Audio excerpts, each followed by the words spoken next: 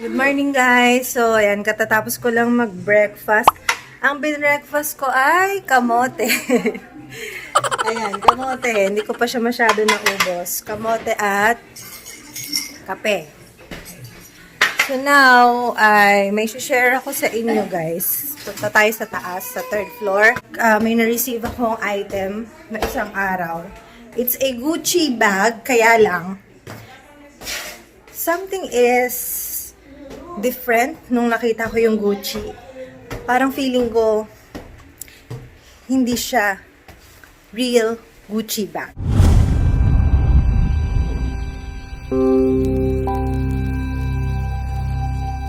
Hey, hey, hey! Ayan po sila. Busy sila. Nagpapak kasi maya-maya lang pupunta kami ng LBC para magpa-ship ng mga packages nyo. And also para kumuha ng mga remittances. So medyo makalat dito sa taas kasi andito namin in-stock yung mga bags. Ayan. So yan din yung hahakutin natin pabalik sa shop pag na-lift na yung ating quarantine period. Be, asan yung Gucci? Yung kahapon. Yung fake. Ayan. So, pasensya na kayo guys ha. No makeup look muna tayo today. Kagigising ko lang. Straight sa vlog agad. So, eto na yung sinasabi ko sa inyo na Gucci bag na unang tingin ko pa lang kasi sa kanya nung nahawakan ko siya is something is different na agad akong, may something different na agad akong naramdaman or na-feel sa kanya. So, I'm gonna share it to you guys. But, of course, nagpaalam naman ako dun sa owner. Yun. So, this bag nabili ni owner sa isang online shop, online seller. Okay, but hindi ko nasasabihin kung sino. Though, tinanong ko rin siya kung kanino niya, pero hindi ko kilala. So, there. And, nabili niya to ng 55,000 pesos. Medyo mahal, 'di ba? Medyo mahal siya. But, if nabili niya to ng as brand new, it's super cheap na for 55,000 pesos na brand new. The reason why niya to binili is because, yun nga, namurahan siya. So, let's see. Let's start. So, as you can see, here, naka-Gucci dust bag siya, but with a dust bag pa lang. So, the bag is this pala. Yan. This is the bag. Look, it's a Gucci padlock bag in small size. But first, bago tayo pumunta sa bag, let's take a look muna sa kanyang dust bag. So, look at the dust bag carefully. So, this dust bag, the color, mas maputi siya compared to the original Gucci dust bag. Para ma-compare natin, guys. Look. So, nakita nyo sa texture and color pa lang. This one, may pagka parang magaspang yung texture and then mas maputi. While the original Gucci dust bag is may pagka dirty white or off-white yung color niya.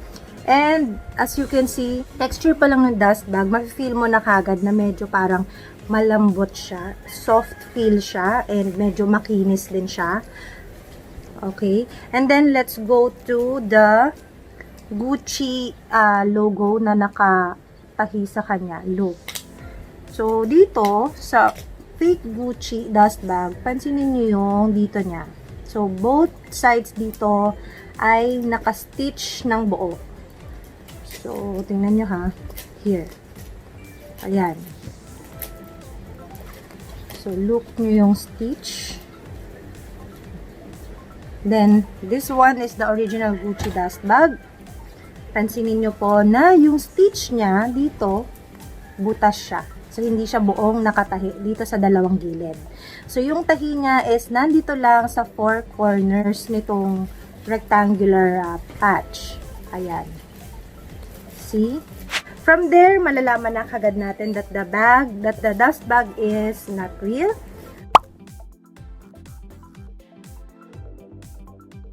Now, let's move on to the bag.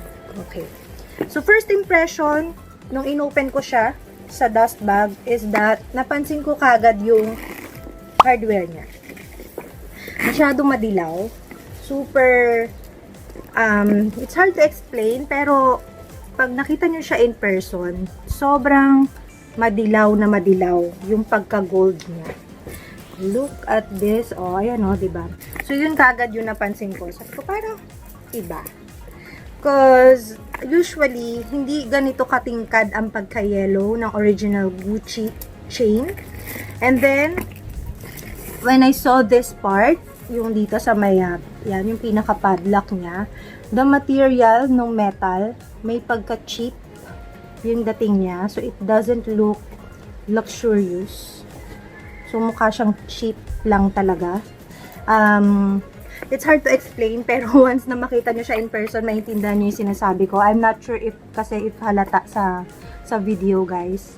So, look.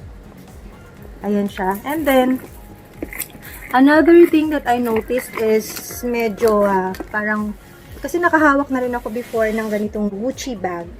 Feeling ko, mas mabigat ito. Itong fake, mas mabigat compared dun sa nahawakan ko before.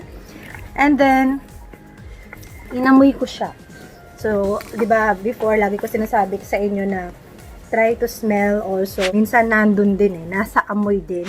So, yung amoy niya is parang may pagkaamoy goma siya. May pagkaamoy rubber siya. So, yun yung naamoy ko sa kanya. Which is hindi dapat. Usually, Gucci bag medyo mabango, amoy leather, and not amoy goma. Hindi dapat yung masangsang sa ilong. Now, let's open the bag. Here. So, pagbukas ko nung bag, yan, napansin ko yung leather niya. This flap, yung flap niya. Parang feeling ko, may na-feel ako na something na parang hindi siya dapat ganito. Wala kasi akong available dito na ganitong bag para sana mapakita ko sa inyo yung exact differences nilang dalawa. But I'll show you na lang muna kung ano yung pinaka mabilis na mas maintindihan nyo po. So, dito sa loob, look. Feel nyo tong inside niya. Kailangan po soft siya. Unlike this one, medyo may pagkamatigas yung feel niya. So, I'll show you the original. I have here a Gucci Marmont bag. So, same lang naman kasi sila ng interior, ng lining inside. So, here. I'm not sure kung dyan sa video makikita nyo yung difference. But, look, eto hinawakan ko siya. Yung feel na talagang ang lambot-lambot niya, ang sarap-sarap niyang hawakan, yun yung feel niya. Unlike this one, may pagka magaspang yung feel niya. Ayan na medyo matigas. Yun yung nararamdaman ko sa kanya. Then, look at the black leather tab inside. So, usually, dito pa lang, ito yung pinakamabilis nyong makikita na signal if a Gucci bag is real or fake. So, yan, nakikita nyo itong black tag na to na nasa loob. Hindi kasi siya ma-pull out Pero, ayan po. Kung may Gucci bag kayo dyan sa bahay nyo, kunin nyo. Then, i-feel nyo siya. I-feel nyo ganyan. Actually, kailangan ang mararamdaman nyo matigas. Here.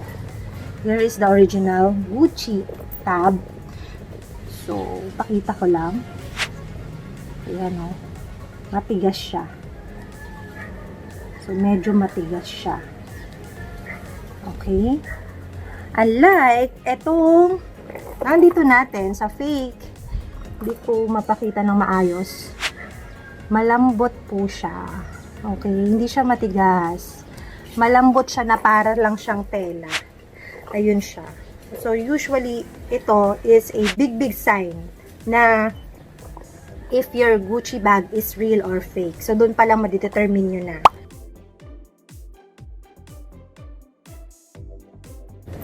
Okay, so, eto, look at the leather tabs na nasa loob ng mga bags. So, pansinin nyo yung font ng original one, yung Gucci made in Italy, and then the R.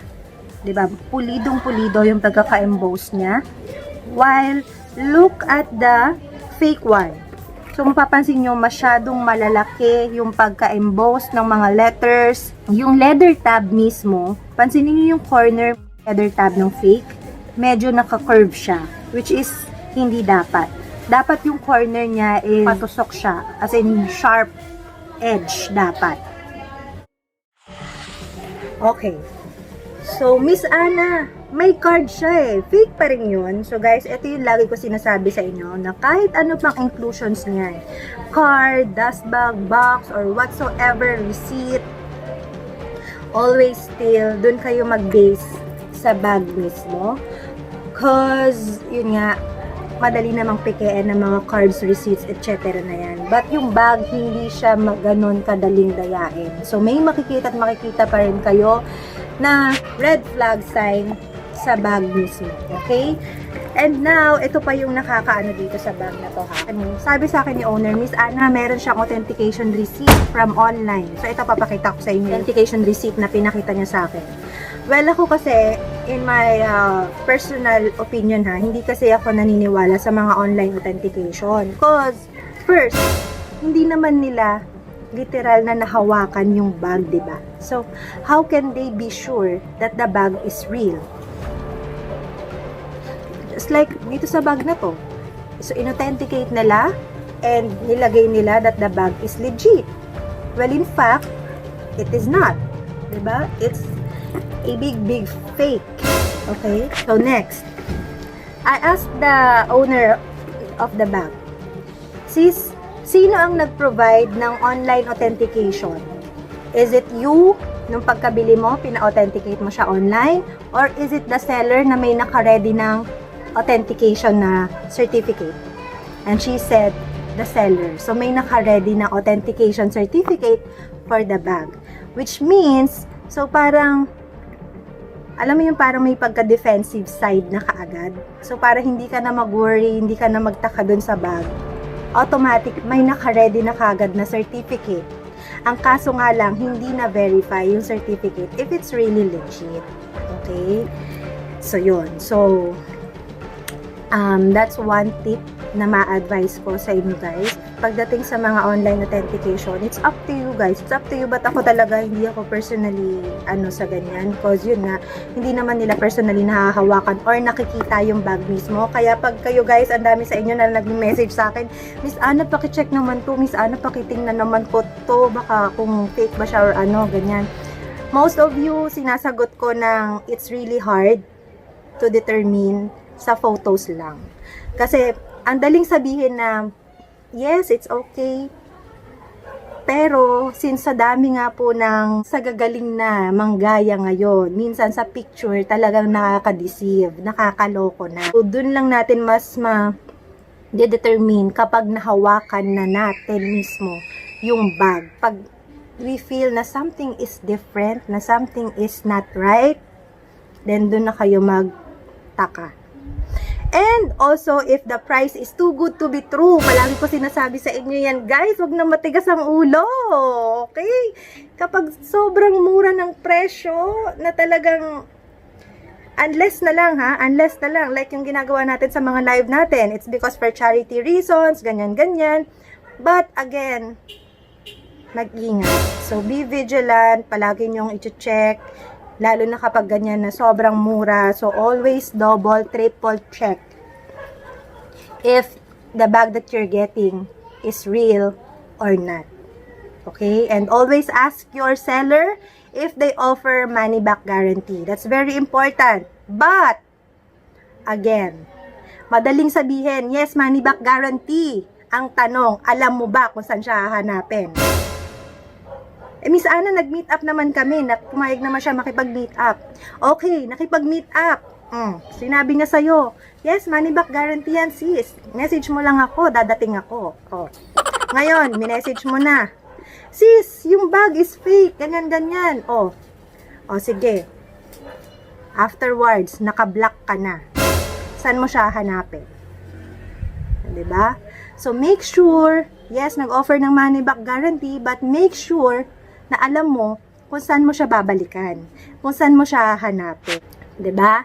Kasi madaling sabihin na money back guarantee, madaling sabihin na meet up tayo, but see yung nangyari doon sa bundle year na fake na ni-review ko before, 'di ba? Nakipag-meet up nga sa kanya, pero nung nalaman niyang fake, wala na, hindi na siya na-entertain. At hindi niya rin alam kung saan hahanapin yung seller. So there, Luxers, hanggang dito na lamang, but I hope na may natutunan kayo at na-enjoy nyo rin itong ating video na to, as in parang nangaral lang ako dito. Sorry ha. Sorry guys ha, medyo yung dating ko, parang may Basta makinig na lang kayo para hindi ma-scam. Kasi sayang ang pera. Okay? Ayun lang. So, don't forget to subscribe kung na-enjoy nyo po itong video. Kung hindi pa kayo nakasubscribe, mag-subscribe na po kayo and click nyo rin po yung notification bell para notified kayo every time may mga new uploads tayo. And also, follow me in my Instagram, Facebook, and Twitter account at Bagtalks by Ana.